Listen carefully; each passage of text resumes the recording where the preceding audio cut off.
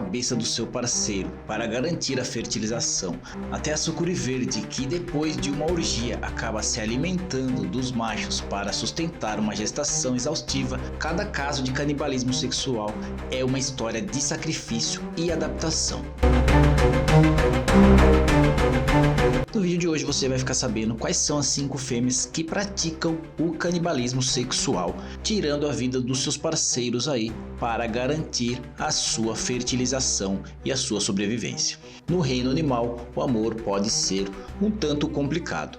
Recentemente, nós humanos celebramos aí o Dia dos Namorados. Essa semana aí que passou foi o Dia dos Namorados. Geralmente celebramos aí com alguns presentes como chocolate, flores, mas algumas espécies acabam tendo uma abordagem um tanto quanto mais fatal para o romance. Então prepare-se para conhecer o mundo onde o acasalamento pode significar o último ato para o macho. Vamos hoje explorar então esse fascinante e brutal fenômeno chamado canibalismo sexual, onde as fêmeas, por razões evolutivas surpreendentes, devoram seus parceiros após o coito. Uma história de sobrevivência, sacrifício e a implacável força da natureza.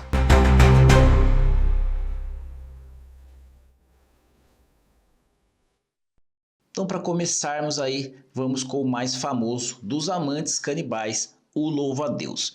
Esse inseto elegante é conhecido por um ritual de acasalamento que frequentemente termina com a fêmea devorando o macho. Então, após realizarem um ato, a fêmea acaba tirando a vida do parceiro. As fêmeas são notavelmente maiores e mais fortes e exalam feromônios para atrair os seus parceiros. Mas ao se aproximar para a reprodução, o macho corre um risco mortal. A título de curiosidade, a decapitação do macho pelo louva-a-Deus fêmea é um dos atos mais chocantes da natureza. Mas existe aí um detalhe fascinante nessa história. Mesmo sem a cabeça, o corpo do macho ainda pode completar o ato sexual.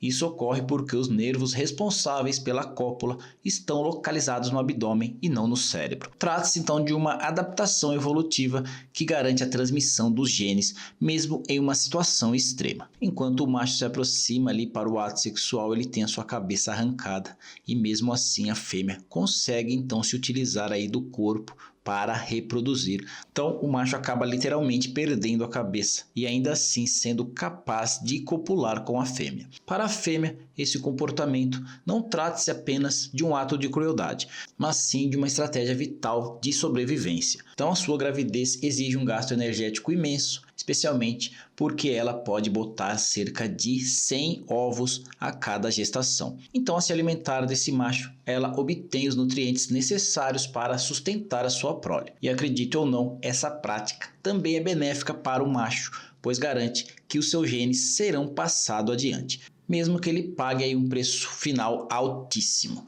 Além disso, algumas fêmeas de louva-a-Deus são capazes de uma coisa chamada partenogênese, que é uma forma de reprodução assexuada, onde a alimentação extra do macho pode contribuir para essa capacidade. Então, cada vez que ela se alimenta do macho, ela obtém mais capacidade de se reproduzir sozinha, dependendo cada vez menos do macho para garantir a sobrevivência da espécie. Resumindo, em busca aí de uma pincelada, o louva-a-Deus acaba perdendo sua cabeça e consequentemente a sua vida em busca de uma noite de prazer.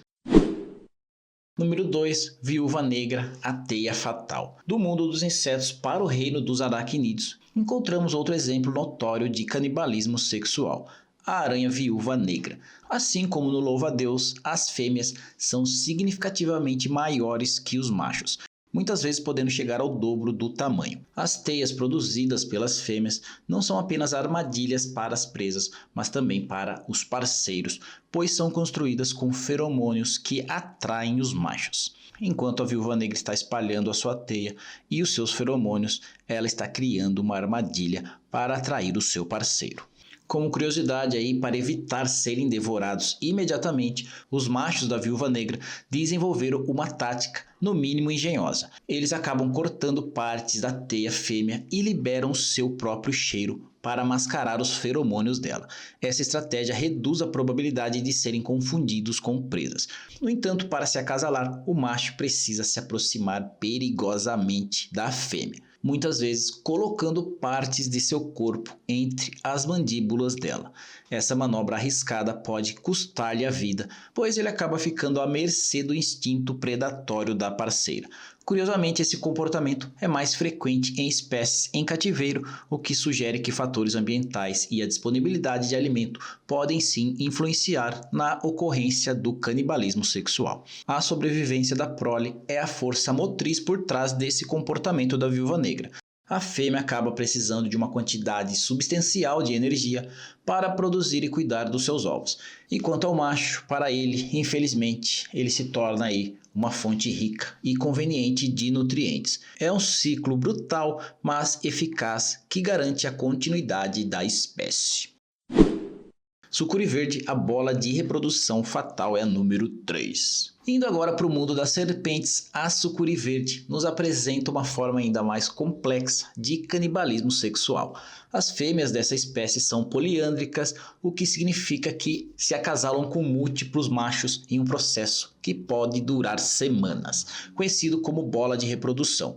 Durante esse período aí, mais de 10 machos podem se amontoar na fêmea, competindo ferozmente pela oportunidade de acasalar. Qualquer semelhança aí com uma vizinha conhecida é mera coincidência. Vão pensando bem, por isso que a vizinha aqui de casa tinha o apelido de sucuri verde. Como curiosidade, o processo de acasalamento da sucuri verde pode se estender por até 4 semanas e é exaustivo para a fêmea. Por que eu não estou surpreso? Embora ela seja muito maior do que os machos, seus movimentos ficam extremamente limitados durante a gestação. Ela se arrasta lentamente, tornando-se vulnerável. É nesse contexto que o canibalismo entra em cena. Após o acasalamento, comer um ou dois machos se torna uma estratégia crucial para a fêmea obter os nutrientes necessários para conceber e desenvolver os seus filhotes. De fato, é uma forma brutal, mas eficaz de garantir a sobrevivência da próxima geração em um ambiente onde a energia é um recurso precioso. A fêmea da sucuri verde precisa de toda a energia possível para sustentar a gestação, que é um período de grande demanda metabólica. Os machos que já cumpriram seu papel reprodutivo tornam-se uma fonte de alimento conveniente e rica em proteínas. Essa é a dura realidade da seleção natural em ação, onde a sobrevivência da espécie muitas vezes se sobrepõe à vida individual. Número 4. Escorpião, o sacrifício pela ninhada.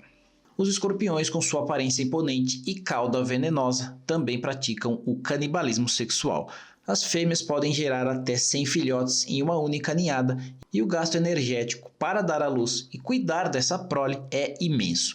Por isso, em alguns casos, elas podem se alimentar dos seus parceiros. Uma curiosidade, diferente de muitos aracnídeos que botam ovos, os escorpiões são vivíparos. Isso significa que os embriões se desenvolvem dentro do corpo da mãe e os filhotes nascem vivos. Esse processo acaba exigindo um gasto energético ainda maior da fêmea, tornando a necessidade de nutrientes ainda mais crítica. Ao comer o macho, ela consegue então o sustento necessário para a sua sobrevivência e a dos seus filhotes. Bom, em algumas situações extremas, as fêmeas podem até mesmo se alimentar dos seus próprios filhotes para a sobrevivência, um ato desesperado para garantir a continuidade da linhagem em condições adversas. A vida de uma mãe escorpião é uma batalha constante aí pela sobrevivência e o canibalismo sexual é uma das estratégias que a natureza lhe concedeu para garantir que a próxima geração tenha aí uma chance de prosperar. É um lembrete sombrio da implacável luta pela vida no reino animal. Sua última predadora sexual, número 5, o polvo, o fim de uma jornada. Então, para finalizar essa jornada do canibalismo sexual, chegamos ao misterioso mundo dos polvos. Durante a reprodução, os machos injetam esperma na fêmea através de um braço especializado chamado de ectocótilo. Após o acasalamento, as fêmeas de algumas espécies de polvo matam e comem os machos, mas a história não termina por aí. O ciclo de vida reprodutivo de muitas espécies de polvos é marcada por um sacrifício final. Após o acasalamento e a postura dos ovos, é comum que as fêmeas morram. Elas param de se alimentar e dedicam toda a sua energia para proteger e cuidar dos ovos até a eclosão. Bom, o canibalismo do macho nesse contexto pode ser uma forma de obter-se aí um último impulso nutricional para essa fase final e exaustiva. Além disso, o canibalismo entre os povos não se restringe apenas ao acasalamento. Em algumas espécies, os próprios filhotes podem se devorar para sobreviver em um ambiente de escassez de recursos. Pode ocorrer então o canibalismo entre os próprios filhotes aí, dependendo das circunstâncias. O canibalismo sexual em polvos é um exemplo extremo de como a natureza prioriza a sobrevivência da espécie acima de tudo. É um ciclo de vida intenso, onde o amor e a morte se entrelaçam de forma indissociável, garantindo que a vida continue, mesmo que a um custo muito elevado. O canibalismo sexual, embora chocante para a nossa sensibilidade humana, é um testemunho da complexidade e da brutalidade da seleção natural. Em um mundo onde a sobrevivência da espécie é a prioridade máxima, a natureza acabou desenvolvendo estratégias que à primeira vista parecem sim cruéis, mas que são essenciais para a perpetuação da vida. Então, desde o louva-a-Deus aí que devora a cabeça do seu parceiro, garantindo a fertilização, até a sucuri verde que, após praticar aí uma orgia, se alimenta dos machos para sustentar uma gestação exaustiva que virá pela frente. Cada caso de canibalismo sexual é uma história de sacrifício e adaptação. Essas fêmeas, movidas por um instinto primordial de proteger e nutrir sua prole, utilizam aí todos os recursos disponíveis, inclusive seus parceiros, para garantir que a próxima geração tenha uma chance de prosperar. Então, se entre os humanos aí o feminicídio tem ganhado cada dia mais destaque e aumentando os números, no reino animal em si, a fêmea, por vezes, é muito mais perigosa do que os machos num relacionamento. Então, ao observar esses comportamentos, somos lembrados de que o reino animal opera sobre suas próprias regras, muitas vezes distantes das nossas noções de romance e moralidade. É um mundo de sobrevivência implacável, onde cada ação tem um propósito evolutivo. E assim encerramos a nossa exploração sobre o lado sombrio do amor animal, do canibalismo sexual, e não deixe de ser um fascinante lembrete aí da incrível diversidade e das estratégias surpreendentes que a vida encontra para continuar. Bom, esse foi o vídeo de hoje. Se gostou, não se esqueça de deixar um comentário, se inscreva aí no canal, deixe um curtir que isso nos ajuda muito a produzir mais vídeos aqui nesta plataforma. Meu nome é Leandro Ribeiro, sou engenheiro ambiental e sanitarista e esse foi mais um vídeo aqui do canal Projetudo TV.